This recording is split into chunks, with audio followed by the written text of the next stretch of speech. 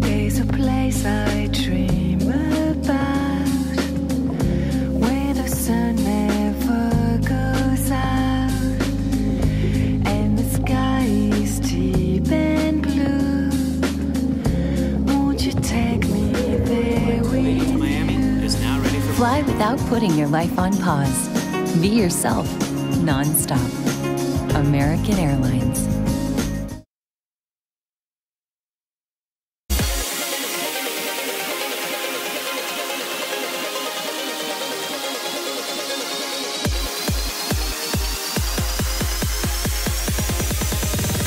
Heading full speed in the lane, still getting it.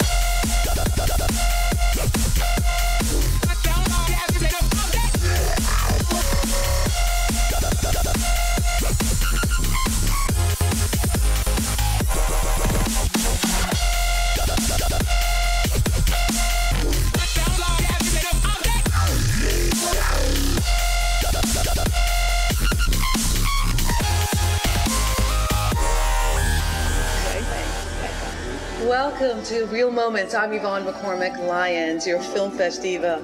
I'm here at the Mandarin Hotel in downtown Miami to meet up with two really cool film directors from the film Paranorman. Check it out.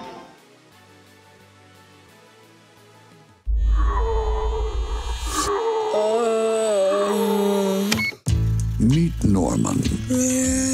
Can't you be like other kids your age? His parents don't get him. He's probably up there fiddling with his Ouija or his orb. Harry, His sister doesn't like him. you are such a loser. And the kids at school Look, it's Abnorman. always pick on him. But he does have some friends. Norman, wait up. I like to be alone. So do I. Let's do it together. It's just that most of them Good morning. aren't exactly alive. How's it hanging? Haven't heard that one before. Do you see ghosts like all the time? I saw the film last night with my 12-year-old son. Yeah? Cool. Yeah. Okay. So he was just like, oh, Mom, this was so great. This was so great. good. Yeah. And he also saw Coraline. So this was really cool because I told him that you guys did both. And so there was that connection. And they're both kind of a little spooky. Yeah. So tell But me in about different that. ways, I think.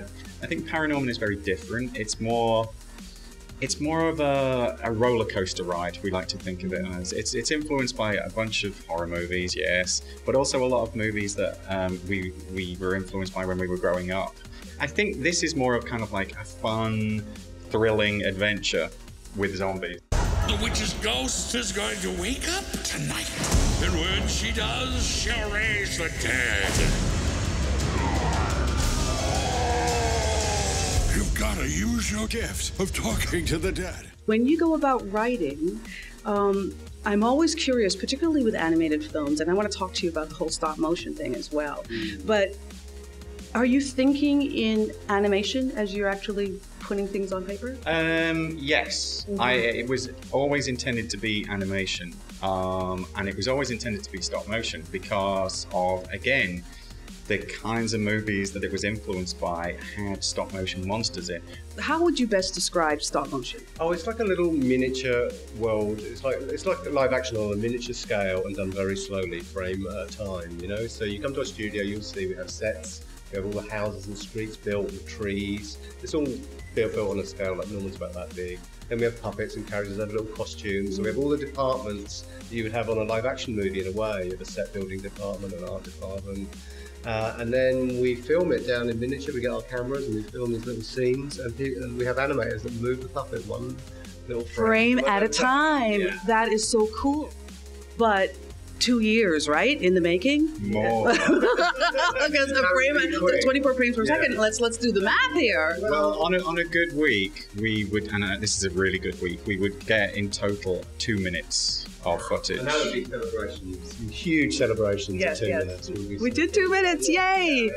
And so you two then worked together for that length of time. And how did it go? Really well. We knew we got on very well. You know, we weren't sort of thrown together or made to work together. It was an awful experience. No, it is. It's like a relationship. You spend so much time living in each other's pockets that, you know, we spend, I guess when you're in the middle of production, you can be like 14 hours a day at work, you know, and 6 days a week. How does that feel for you both as the writer and director and co-director and pulling this all together, that after all this time and all this work, that you finally see it and it's coming out in a couple of weeks? It's pretty mad. Yeah. I'm still not, I haven't come to terms with it yet, because, you know, I first came up with this idea 16 years ago. So for that length of time, this thing has been here, and then slowly but surely it's been created.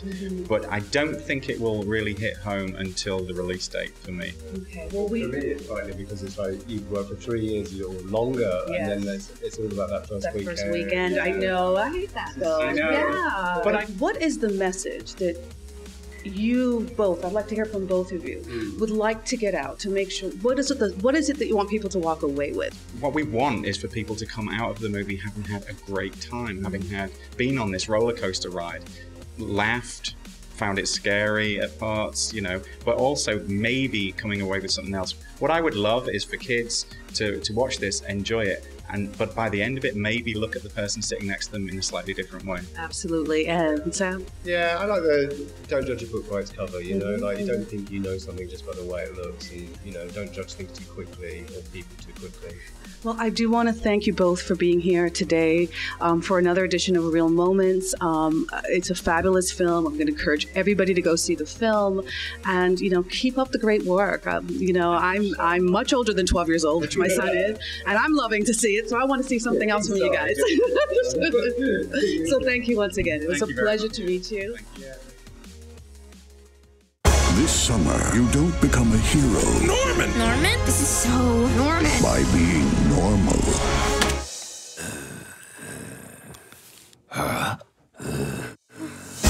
There's nothing wrong with being scared, Norman. As long as you don't let it change who you are. Paranorman.